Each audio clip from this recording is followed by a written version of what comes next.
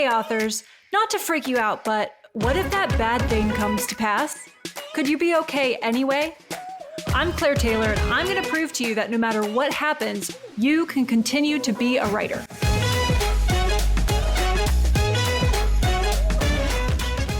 Welcome back to another episode of What If for Authors. I'm glad you're here. My name's Claire Taylor, and I'm an Enneagram certified coach for authors, as well as a humor and mystery writer. All my services, courses, and books for authors can be found at liberatedwriter.com.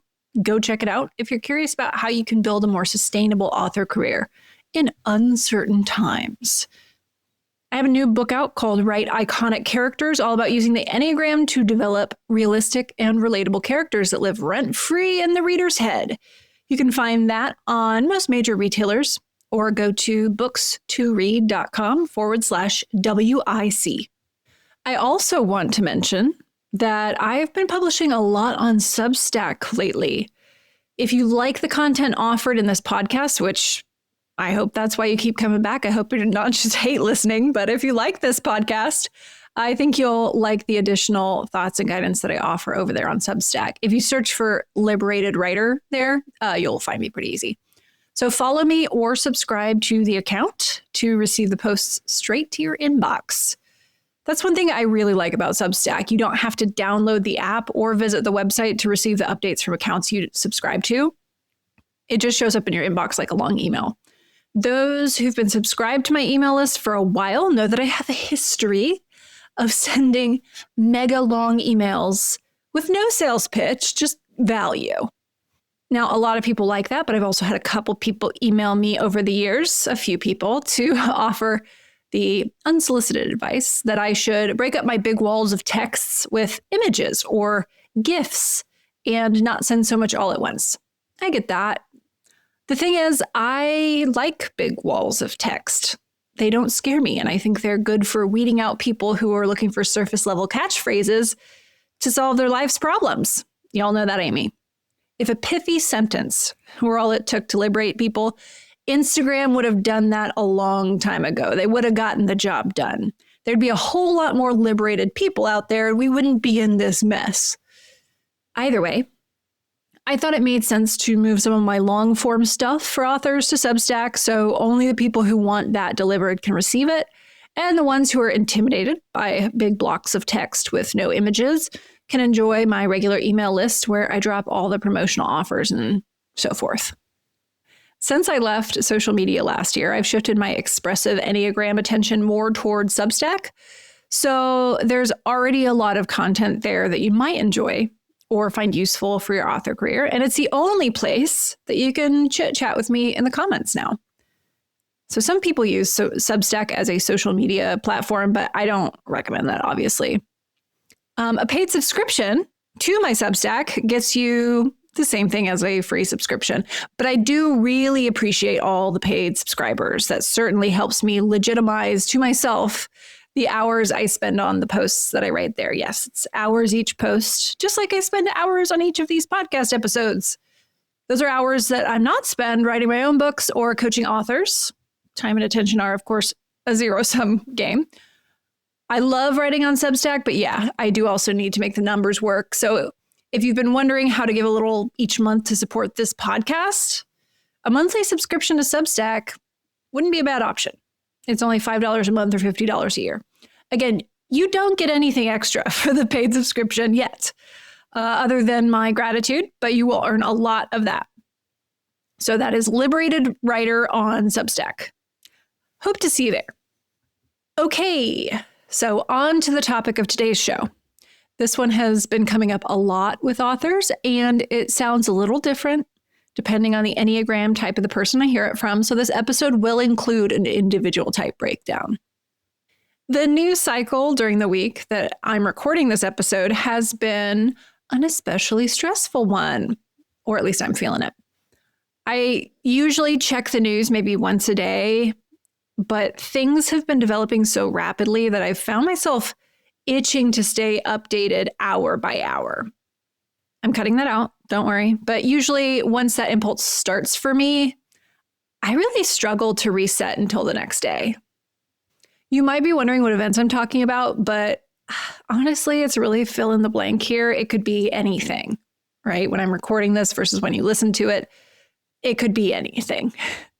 There is a big political change happening in the US, and the US is being run by a bunch of maniacs who are making claims about shit that we see with our own eyes is just not true. And one of those maniacs has nuclear codes. So even if you're not in the US, you might find yourself feeling a little on edge lately. This is, of course, a recipe for nervous system overload. It's easy to slip outside of our window of tolerance throughout the course of our week, either experiencing hyperarousal, where we feel anxious, twitchy, panicked, angry, or otherwise in hyperdrive, or slipping into hypoarousal, where we become sleepy, foggy brain, dissociated, we put our head in the sand, or we otherwise feel like burrowing into bed and not getting out for a while. I was very much in a state of hyperarousal yesterday and really struggling to come down. What that looked like for me was rage. Extreme tension through my body. I was furious at someone for something that was probably not that big of a deal. And I was unable to focus on what I wanted to focus on. So my fellow ones have probably experienced this, my type ones. I was able to observe that maybe, just maybe, my energy was overly intense for the situation. And I made the decision early in the evening, earlier than usual, to put my phone away, go read a book, and go the fuck to sleep. It was a good call. I started today with slightly better habits, and I'm able to focus at least enough to record this podcast. When we're feeling overwhelmed like this, which we'll probably all feel from time to time, it can be incredibly hard to focus on our writing. It is a rare writer who falls into hyperarousal or hypoarousal, and their first instinct is to sit and focus on their fiction. Rare, very rare. This is because the parts of our brain needed for creative problem solving can really close up shop when our amygdala is hollering at us that we're not safe. Our brain likes to prioritize our survival, and shout out to the brain for that. But what that looks like is our attention shooting toward whatever feels like imminent danger. It's like blood rushing to an injury. Our attention is a limited resource, so if something feels like imminent danger and our writing does not feel anything like that, we may struggle to bring our attention toward our plot and characters to the extent that we need to be present with a story. What this can feel like in our body, our mind, our heart is this story does not matter. Humans tend to think in terms of relativity, and relative to the threats we feel looming over us, the story feels relatively unimportant. So let's address that today in this episode where we ask, what if my book isn't important? When I hear someone voice their concern that their book isn't important, the first question I ask is, what does it mean for a book to be important to you? The answers here vary, and it may be hard to articulate at first. So if you want, pause this podcast and ask yourself that question. What does it mean for a book to be important?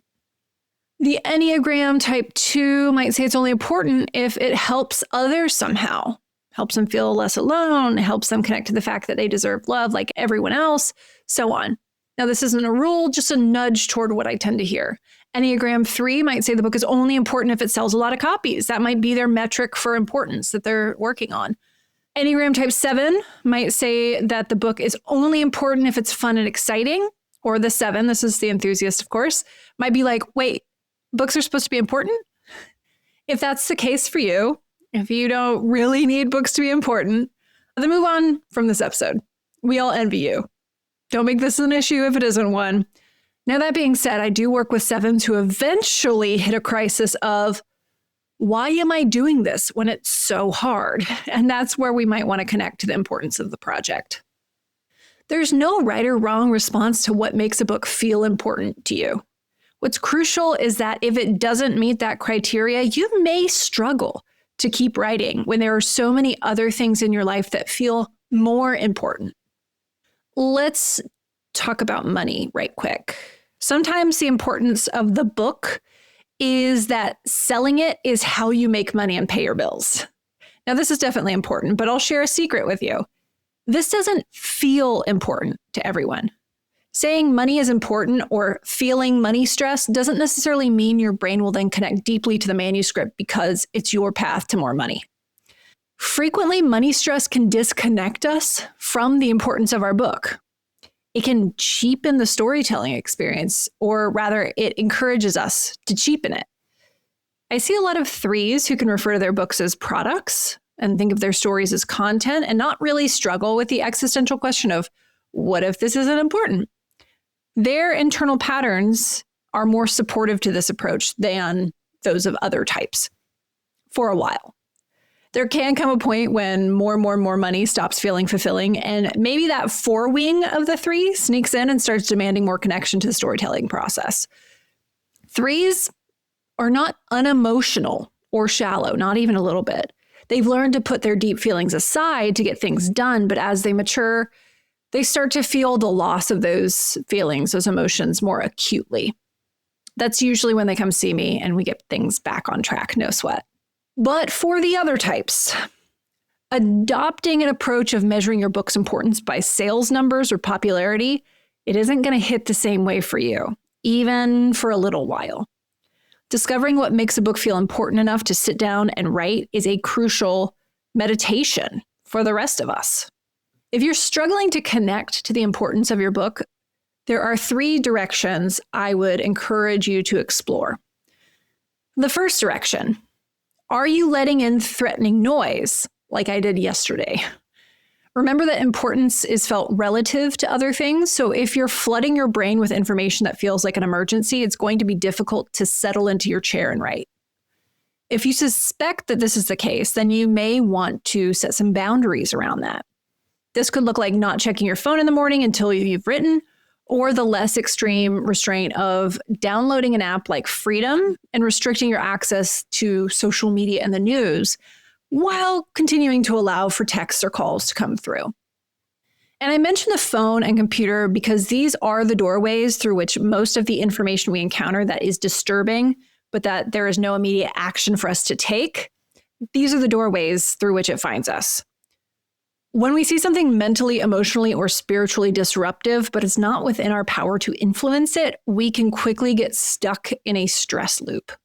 Okay, so maybe you've been doing this stuff already and you're like, I've limited my exposure to this stuff, but the book still doesn't feel important, Claire. Fair enough. The second direction I'd explore, if you've already limited the sources of noise, is to create a settling and focus ritual ahead of writing. So maybe the book is important, but you need to reconnect to the importance of it. If you have no problem sitting down, opening the manuscript and diving in, then you don't need this step. But if that process is a strain for you, and maybe it is some days, maybe not others, then you might need to find a warm-up that works for you. So I think about watching Austin FC play. They're the professional soccer team that I root for. And I go to as many games as possible live because it's super fun. Now, these players are professional. They know how to play soccer. Some of them get paid a lot for what they do. They've practiced their whole lives to develop the skills that they have. But they still come out on the field before a game and warm up. That's how they check in with their muscles, avoid injuries, and build up to the intensity of the match. It's how they focus their minds on the match rather than what's happening in the world, their marriage, their finances. They're still people. They still have whole lives going on, but they need to focus in on what they're about to do. They respect the need for a warm-up. It is not considered wasting time. No coach would ever let their players out on the field without warming them up first. That would be a really shitty coach. So can you allow yourself to warm up? This might look like asking, what emotions are they feeling in the scene? What beliefs are they questioning? What actions are they taking? What are they trying to achieve? Those questions can help connect you to the importance of the story you're telling or pinpoint where you might not know what's going on with your characters. If you don't know that yet, it can be tricky to connect to the importance of the scene, let alone the book. Your warm-up may look like reading over the last page that you wrote if that doesn't lead you into an inner critic trap. It may look like doing 30 seconds of deep breathing as you remember why you love this story, or imagine how your ideal reader will feel about the scene you're working on. It could look like anything. Your warm-up is going to be very personalized. If you need help building a warm-up, come see me. But I bet you can experiment with some different techniques to find one that really helps you where you are right now. Just notice when you feel like you shouldn't need a warm-up, right? Notice that voice that says, I shouldn't need this. This is wasting time. Professional athletes don't claim that. They know the importance of it. You're a professional writer, so take a page from their book, pun intended. The third direction I would look into for this question of what if my book isn't important is this. Maybe it's not. Maybe your book is not important enough right now for you to be spending time on it. That might be painful to think about, but it can also be freeing if you've been torturing yourself about that. Maybe your story isn't important to you or to others. Maybe it felt important a year ago when your life was one way, but things have changed and the story just doesn't matter to you anymore. Maybe you genuinely have more important business to go handle, and the best thing you can do for your well-being is to set the book aside, go handle your shit, and come back when things feel more settled. Or maybe you never come back to it or to writing at all. Just sit with that possibility. It's okay if it's uncomfortable, but just sit with it.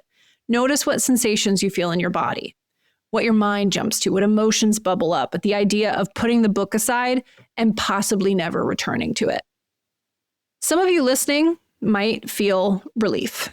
If that's the case, it could be time to take a break, to attend to other things in your life, and relieve yourself of the burden of also working on the book that doesn't feel important. Just consider it.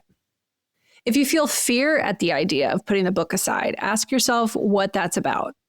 What are you afraid is going to happen? And is that actually likely? This may be something to explore with a close friend or a therapist even, but definitely explore it. If you determine that your book isn't important right now, you also have the option of reimagining it to feel more important to you. This doesn't mean putting up a pre-order for it so that it becomes urgent to finish. That only leaves you with an urgent and unimportant task, which is self-imposed misery. How does one make a manuscript feel more important?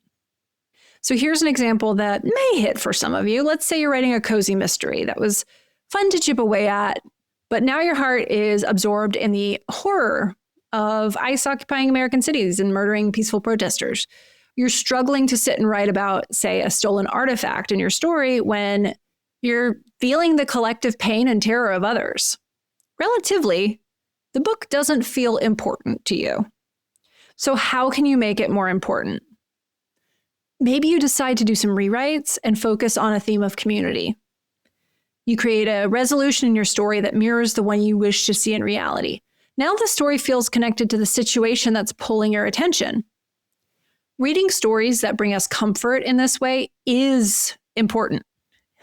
If you've ever read just the right book at the right time when it feels like balm for the pain in your life, then you understand how important this is. Now, it may take some rejiggering in your story to bring out more of that sense of community, say, and to show characters banding together to solve the conflict, but that puzzle is likely to hook your attention more and give you a sense of importance to what you're creating. Relevance creates importance. Does the story you're telling seem relevant to your life or the world today? If not, it probably won't feel that important. Now, you can do this exercise of making it more important. You can do this with Westerns, horror, romance, sci-fi, women's fiction, thriller, whatever genre you're writing. You can develop the story to feel more important to you, more emotionally resonant with the present moment you're experiencing.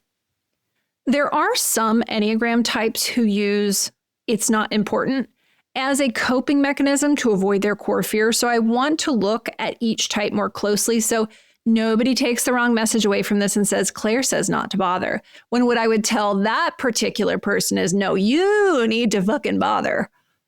So here's a little advice for each type when each type starts to wonder, what if my book isn't important? Type 1, the reformer. If your manuscript doesn't feel important, you won't be able to write it. Look toward your virtue of serenity here by accepting what you cannot change, the courage to have the impact where you can, like your story, and the wisdom to know the difference. Yes, that is ripping off the serenity prayer, but we need it once. Even if you're not religious, print that shit out and keep it on your desk. Type 2, the helper.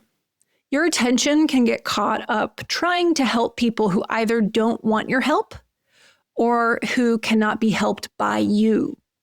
As long as your attention keeps flowing toward these impossible cases, your manuscript will not feel as important. It's okay to only help those who want your help, like the readers who love you.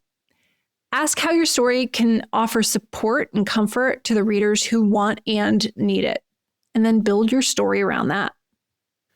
Type 3, the achiever. When you determine the importance of your book based on the sales, you're handing over your self-esteem and agency to forces outside of your control. And right now, the data set of what's selling is super hard to read, and it's poisoned by the flooded and manipulation attention economy. So I don't believe it's actually demonstrative of what people like. So you may feel lost trying to find a common thread in the market to know what the market is so that you can write to it. So this could be a turning point where you can either connect more to what you believe is important in storytelling, or you can become more fixated on performing for a fickle, nebulous, and manipulated audience who don't actually care about you as a human. Type 4, the individualist. If you don't feel like the manuscript is important, you're going to struggle hard to keep writing it. But look for where you've conflated important and special. Your story doesn't have to be unlike anything else for it to be important. Also, if you're expecting this story to be the thing that finally gets you seen and recognized, you might be attaching too much importance to it, which can put you on an emotional roller coaster of, this is the most important thing in my life one day, then this doesn't matter and nobody will ever appreciate it the next day. Type 5, the investigator. If your manuscript doesn't seem mentally challenging enough, it might start to feel unimportant to you. That anxiety can look like your attention flowing more toward learning about writing than writing. Try to put more importance on action, the action of writing. It's probably just your anxiety that's making you research more than usual anyway, and once we start down that path, there's no end to it unless we declare an end to it. Type 6, the loyalist. Who are you deferring to when it comes to the importance of your manuscript? Whose approval do you need? What authority might you be trying to please with it? And could you instead use this as an opportunity to ask yourself what you think is important? Where might what you think is important be clashing with what you think is safe to write? And how might that be limiting your progress in an aligned direction? Type 7, the enthusiast. You might be avoiding what feels important because you worry it'll tie you down or feel like a limiting responsibility. Your heart, mind, and body do demand something of substance in your writing life, though, even if you tell yourself otherwise to avoid feeling burdened or tied down. So 7s often say they write to escape life. That's fine, but what if that dance has run its course and your current struggle with distraction is a result of not digging a little deeper into the purpose and importance of your storytelling? What if you're distracting yourself because you're simply scared of that call of writing something that feels more important to you? Type 8, the challenger. Ask yourself what makes something feel important to you. Is it speaking truth to power, a character who takes no shit on their quest to get what they want? What are you letting compel you into action right now? If your usual ass-kicking protagonist isn't hitting for you as much lately, could it be that you're feeling a call to tell a story about more of a collective effort? Type 9, the peacemaker. Is your story unimportant, or are you scared of the conflict an important story might create? Don't mistake the inertia you can slip into for actual exhaustion here. Your type's go-to when it meets friction is to say, it's not that important anyway, and then just kind of let the project drop. Now, that doesn't mean the project is unimportant. It just means that you probably have some work to do around disappearing. There is no safer place to practice speaking up than in a draft of your manuscript. So if not there, where? If not now, when? No matter your type, if you're wondering, what if my book's not important? I'll say, important to whom? And if you don't feel like it's important, well, maybe it's not. But that doesn't mean you can't make some adjustments or start another project that does feel important. And maybe now might be the time, when so many people need so much, to put in the effort to write something more important than you have before. I know you can do it, but your fear might be taking you off course or warning you away from it altogether. You're free to allow that fear to keep doing that. But if you're listening to this podcast, I assume you don't want to. You don't have to listen to your fear. That's great news for all of us because the world really needs writers to be brave. If you're not up for the challenge, that's okay.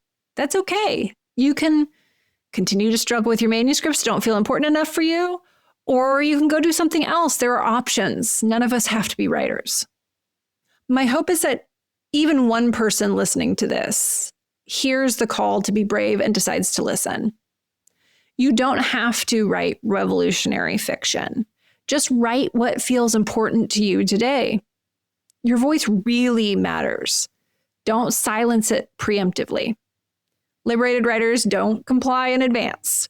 We root out the internal tyrant, that inner critic, the voice of the crowd, and we tell the story that's inside of us, beneath all that noise. You don't have to be a liberated writer. There are other kinds of writers to be. But if you want to be a liberated writer, this work is the way you get there. That's it for this episode of What If for Authors. I am Claire Taylor, still. And if you want to go a little deeper on this work, please come find me in my offerings at liberatedwriter.com or go follow my Liberated Writer Substack. Thanks for listening, and I'll see you in the next episode. Happy writing.